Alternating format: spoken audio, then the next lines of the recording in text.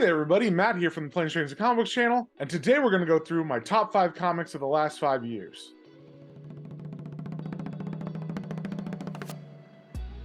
So none of these comics are in a particular order or anything, they're just the best 5 I could think of, and I will put links down below to all of them in case you guys want to read them on your own. So let's get it started with a more mainstream comic, the American Jesus series. Now, I did a review on this complete series earlier this year because I was so blown away by it, but this week it got an adaptation on Netflix, which is called The Chosen One, so I was reminded how good it was, and I had to add it to my list. And if you don't know, American Jesus follows a young boy named Jody who gets hit by a truck, but miraculously nothing happens to him. He's not injured at all. And bolstered by some of his friends, he starts to believe that he is the second coming of Christ, and he starts to manifest powers and perform miracles. And that's the first book in a nutshell. I don't really want to spoil anything because there's lots of spoilers for this series, because all 3 volumes have a big surprise ending kind of thing.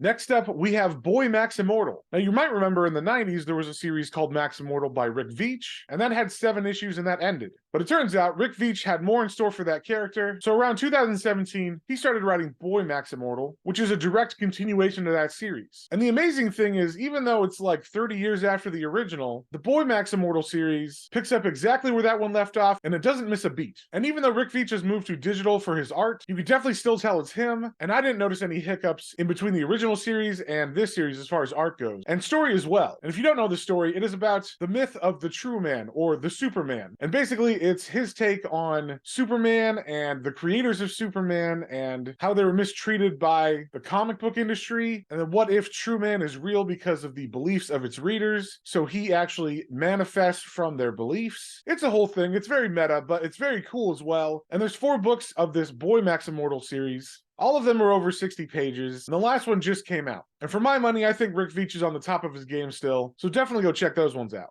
Alright, for number 3, we got Everything Sucks by Michael Sweater, and this book was kind of a dark horse. I had no idea what this book was, I just randomly bought it, and it turns out to me, it's incredibly funny. And that's a genre of comics I don't normally read, but it's very much in the vein of like Beavis and Butthead or something like that. It's 2 friends named Noah and Kala, they're hanging out, they're getting high, and going on weird adventures as they comment about their lives and society, and I just have a blast reading this. I mean, it's just a good time all around, if you like that kind of Beavis and Butthead stoner humor, but also like young adults getting into weird adventures, and a lot of their stuff reminds me of things I did as a kid, which is probably why I like it so much. Alright, next up, we got a really heavy book, but it's an amazing book. This is probably the most prestigious book out of all of the ones I picked. This is by Barry Windsor Smith. This came out, I believe, in 2020, and it's his book Monsters. And this almost 400-page book itself is a monster, but I gotta say, this book is up there with Mouse or some of those other heavy hitters like that. It's not based on a true story, but the subject matter is so impactful and horrendous that it really does feel like one of those big, monumental kind of comics. And basically it follows the life of a soldier who volunteers for a super soldier-like program, and instead of turning him into like Captain America, it turns him into a giant grotesque monster. Kind of like the Hulk, but even worse than that. And actually what I heard was that this was supposed to be either a Captain America or Hulk story, but Marvel thought it was too dark or something, so he just decided to make it its own thing, which I think was for the better,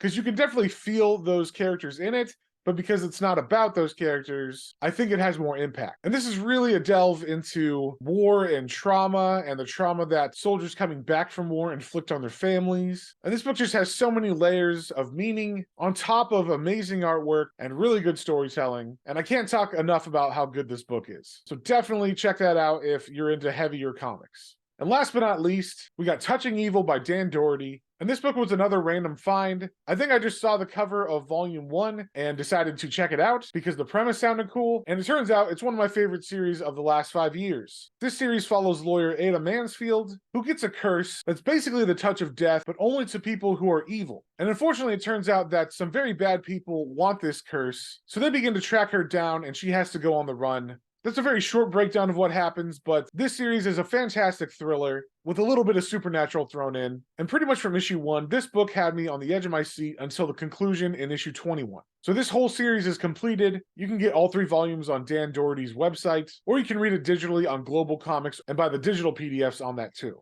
So that's it, guys. That's my top 5 comics of the last 5 years. And like I said at the beginning, if you want to buy any of those, you can check out the links down below. Or I think you can probably buy most of this stuff at your local comic book store if you go in and ask for it. And that's all I got for today, so we will see you guys on the next one.